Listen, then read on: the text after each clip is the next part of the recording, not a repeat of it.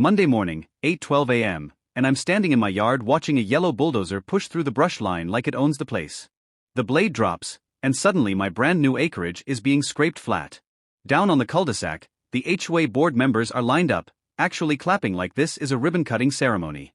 I wave my property deed over my head. The bulldozer just beeps louder. That's when I pull out my phone and dial the sheriff's office. My name is Graham Kepler, and I'm a freelance cartographer. I bought 4 acres of forest land just outside the covenant boundaries behind Juniper Bend because I love trees and I hate being told what color my trash bins should be. The woman currently orchestrating the destruction of my property is Priscilla Mott, HOA president. She has a voice like a referee's whistle and a belief system that begins and ends with "because I said so." Priscilla called my 4 acres the visual backyard of the community. I called it not hers. It started with letters. My scrub oak trees clashed with their coastal palette. Then came the glossy full-color brochure announcing the Community Meadow Initiative, featuring architectural renderings and a site map that included my land, shaded in pastel green like it always belonged to them. I replied with my boundary survey and my recorded deed. Priscilla responded with stacks of so-called easement notices, and then things got weird. My survey stakes disappeared. I found her brother-in-law on my property measuring my pine trees for view corridors. Then, Priscilla posted on Nextdoor, claiming I had illegally annexed HOA green space. The breaking point arrived at dawn on a Tuesday. I looked out my window and saw a full contractor convoy, a bulldozer, a skid steer, and a flatbed. Priscilla stood at the head of the parade, holding a letter with an official-looking stamp that read Emergency Common Area Reclamation.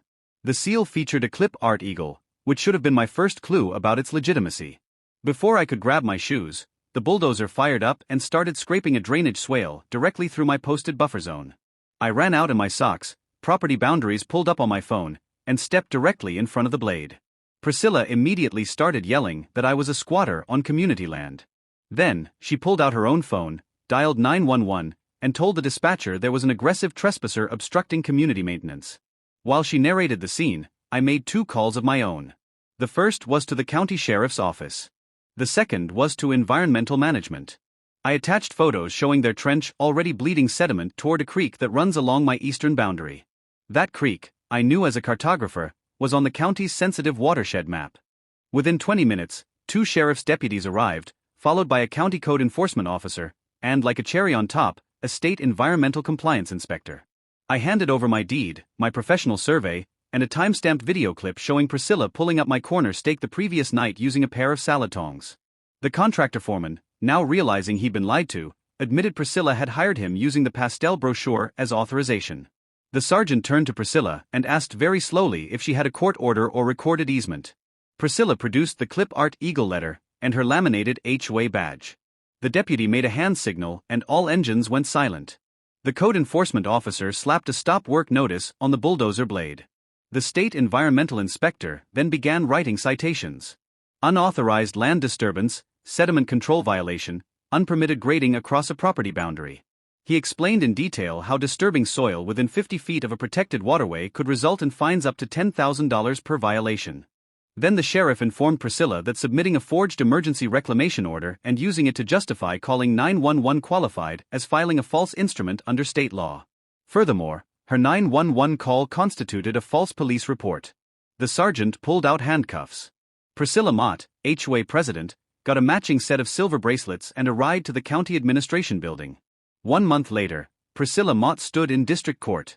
The judge laid out the case, the forged document, the false 911 call, the property destruction, and the environmental damage. The judge ordered her to pay full restitution to me, totaling just over $18,000. She received a 2-year prohibition from holding any HOA office in the state. Crucially, the state environmental agency fined the Juniper Bend HOA $75,000 and required a mandatory restoration plan, all at the HOA's expense. As part of her probation, Priscilla was sentenced to 80 hours of environmental community service, specifically repairing riparian buffers along protected waterways. The judge emphasized that those in leadership must be held to a higher standard. The gavel came down with a sharp crack, and Priscilla just stood there, completely silent for the first time since I'd met her, stripped of her title, her power, and her money.